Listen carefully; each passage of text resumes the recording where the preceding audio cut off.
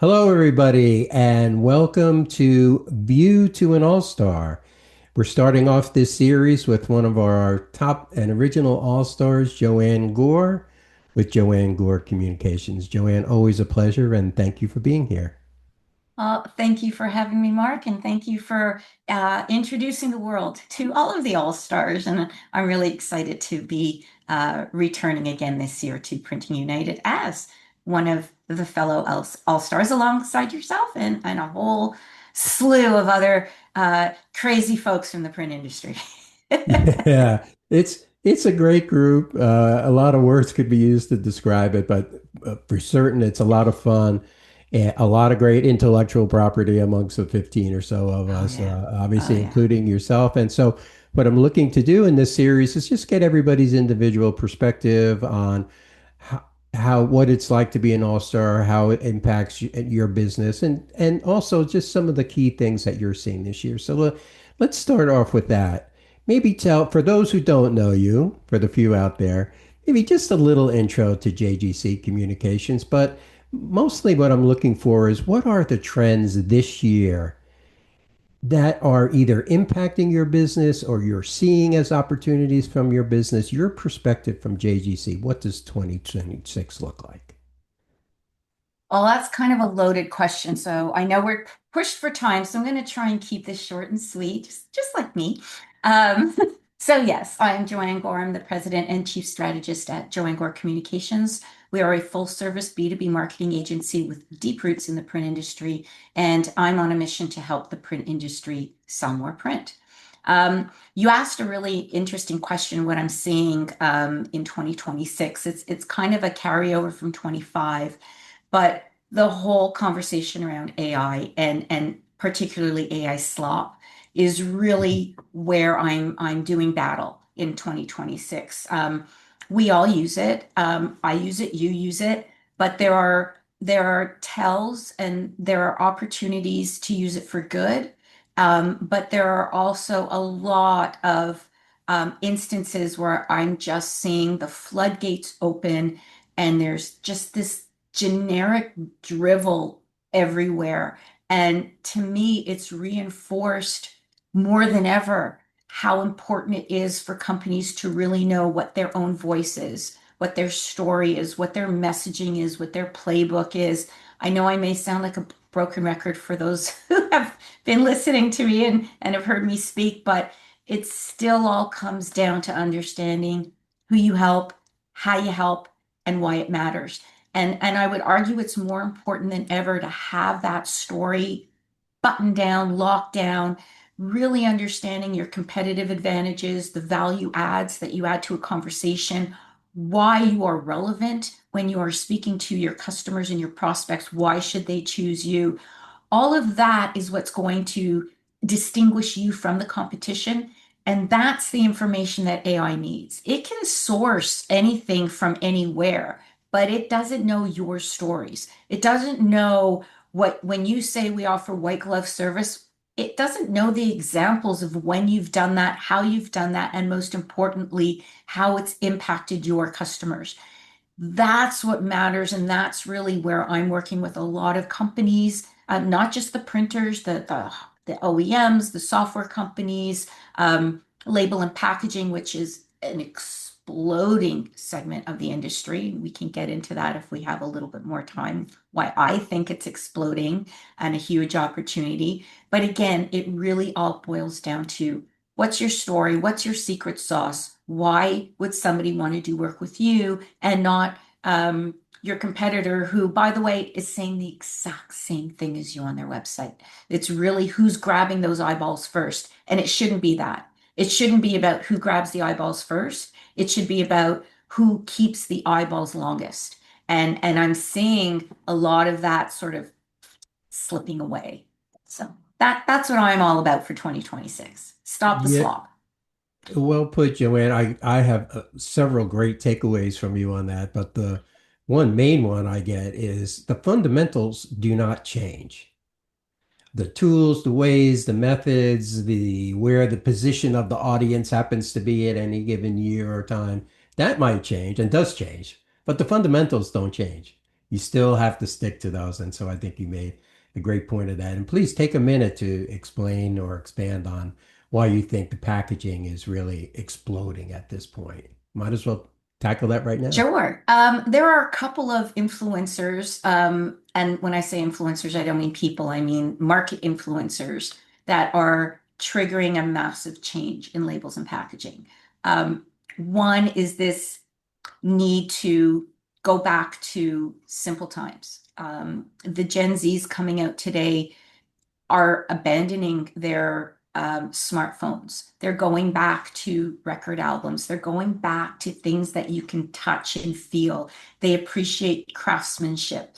It's so the opportunity now to add things like embellishments and foils and varnishes has never been easier and, dare I say, affordable to produce and to sell and to create. So the creators are being unshackled with their capabilities. They're no longer, this is a great design, but it's going to cost too much to produce. So, pull it back a little bit. We can't have 27 colors. Well, guess what? You might not be able to have 27, but you can sure as heck have a lot more than four. So there's that unshackling of creativity. There's also a huge push on sustainability, as you know, not just in recycling products or reusing or upcycling, but in how these products are being manufactured, from carbon footprint to water usage to electricity, which, by the way, takes me back to AI, a whole other topic. You have to think about the cost of AI as well. But I think one of the largest and biggest contributor to this shift in labels and packaging is the um, uh, decrease in single-use plastics. So a lot of these companies have to come up with new ways to repackage their products, and not just the product. I'll use vitamins as an example. So it's not just the bottle that the vitamins go in that need to be reconsidered, but then it's the blister pack or how that bottle gets then positioned in the store or in large box stores like Costco, where you have two or three in a pack. So whereas before it was blister packed, now it's in sort of corrugated holders. That's just one tiny example, but it is a huge shift. And I've learned over the years, if I can't find my favorite product on the store shelves for a while, 9 times out of 10, they're going through a repackaging. And guess what? The next time it's either shrinkflation, so it's a slightly smaller package, Yeah. or it's been reconfigured or repackaged. But usually it's not because they're changing the look of the brand. It's because there are outside factors that are requiring a change in the manufacturing, the production, and the actual shelf appeal of this product. And it, again, what I said 2 years ago, where I said, if you're a software company and you're not thinking of how to include AI as part of your software suite, you're gonna miss the boat. And I would argue most software companies now have an AI component. And again, if they're smart, they're charging extra for it, but let's not go down that road. Well, the same thing is happening with packaging. If you are in that sort of labels and packaging space, or you're considering going into it, of course, do your research first. Make sure you have a market that you could sell to. Look to your own audience.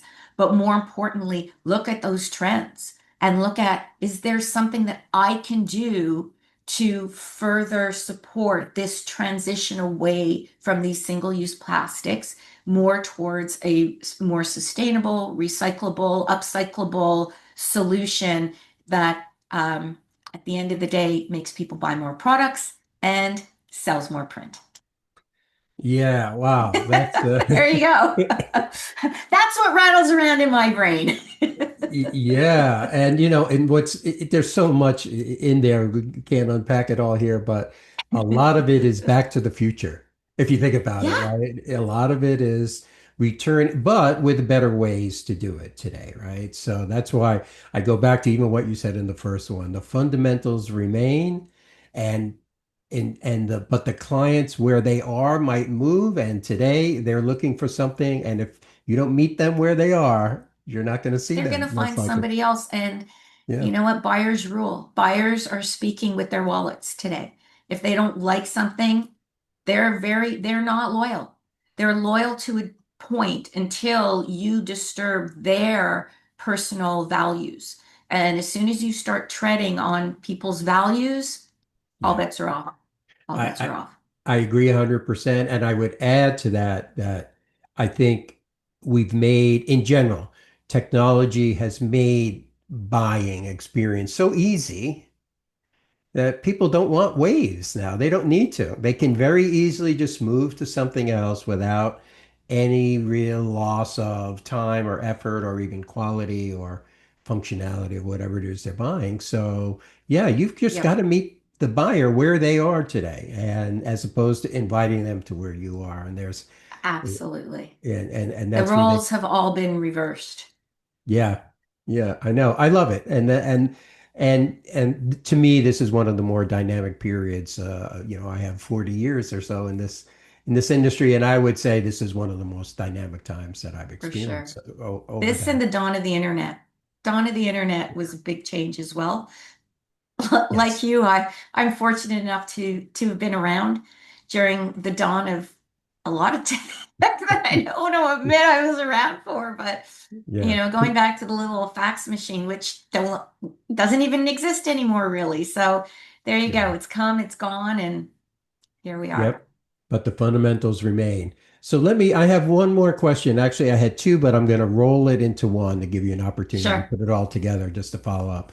So we've had the honor and the fun of being named All-Stars last year and this year. I want to get a sense from you, Joanne. What has that meant for JGC Communications? What has it meant for you? And then going into this year's Expo 2026, what do you see as being different? Either that can be for the expo itself or being an all-star or any combination of the both. How do you see all of that working together for you? So I think I'm gonna answer the question backwards as I do many things. I get those who know me. I do things backwards sometimes. Um, what I see different, and it's already starting to percolate in some of the shows that have already happened. Um, there's a lot more focus of conversation on value, less more on features and what things do, but more how they help. How are they going to add value to your life? What's going to be the impact? We're seeing that a lot in the embellishment space, of course. Again, there's still a lot of folks on the fence, but I'm really starting to see and I'm so happy for that because I have been pushing the value conversation pretty much since day one. So I'm glad to see that that's starting to happen. Um, I'm so thrilled to come back as an all-star. This is our sophomore year. We didn't, some of us knew each other in our freshman year, but we really didn't know each other until we all met on Zoom. And then we extended that. We sort of became a bit of a family, but then we all met live. And holy crap, just that feeling of us being live together. So when we were invited back this year, that first Zoom meeting was like, oh, it's camp. It's like going back to camp. And a lot of trade shows are like that for me because I've been the exhibitor on the trade show floor. I've been media on the trade show floor. I've been an attendee of the trade show floor. Now I get to sort of, dare I say, be the trade show floor because that's what the All Stars represent. Yep. We're there as the ambassadors for this show. We're there to help the first timers. We're there to help the long timers. We're there to shine light on what's going on in the industry and really drive a lot of the conversations that are impossible for every single person to have. And we can do it in our own style, in our own way. We don't have to follow this sort of journalistic regime. We're accountable to ourselves. Of course, we're accountable to the association, but most importantly, we're just accountable to the show. And having been somebody who spent a tremendous, I can't even tell you how many trade shows and events that I've put on over the course of my career. I get a twisted satisfaction of being in the background. I love seeing how things work, why decisions are made, what's going on, how can we, oh, we have a challenge here, a problem here. I want to figure out how to fix it. That's what I do. That's what I love doing. So being able to be one small cog in that huge wheel that is, the Printing United Alliance and the Printing United Expo is why I raised my hand the first time and why I was so thrilled to be invited back. Um, this year is going to be a little different for me. I always wear multiple hats at events. This year I'm going to be wearing, I was trying to mark it down. I'm going to be wearing 7 different hats at Printing United this year. So, of course, my JGC hat is always on. I will always have my bright orange sneakers. So I always say, if you want to find me on the show floor, just look down. Because again, I'm little, so you can't see me this way. You have to see me looking down. Of course, I'm an all-star. So that's a second hat. I'm also there representing Girls Who Print Canada. So that's a third hat. So I'm the regional director of Girls Who Print Canada. I'm also there repping IPMA, the Implant Print and Mailing Association, which is another facet of the industry that I don't think gets nearly as much love as it really should.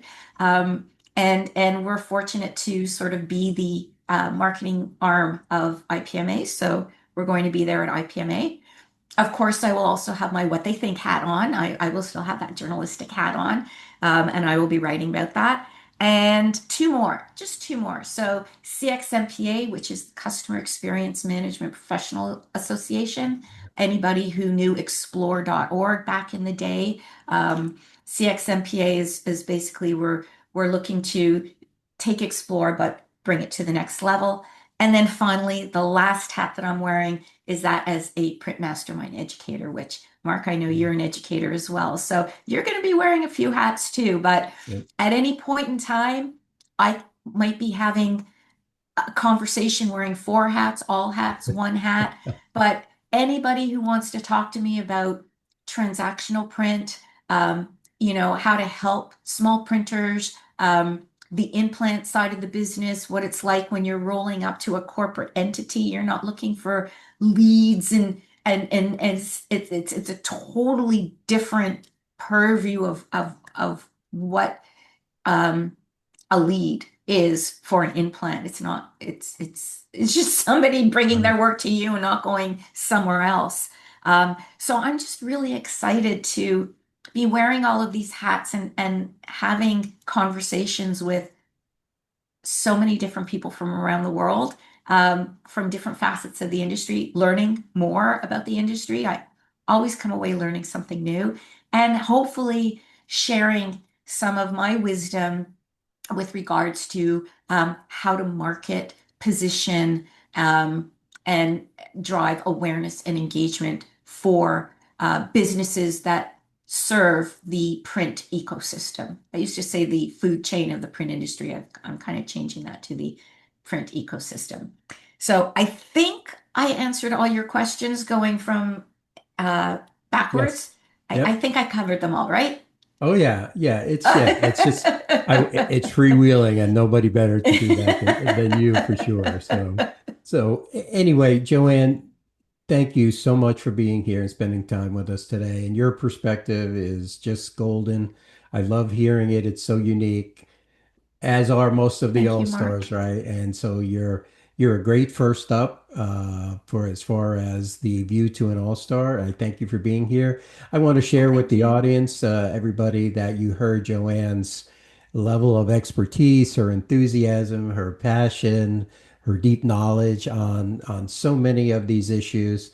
I have respect for Joanne, not just as a friend, not just as a peer, but as someone who I hired as a service provider, her company, and just did a phenomenal job for us. So Thank you, I Mark. can Thank testify you.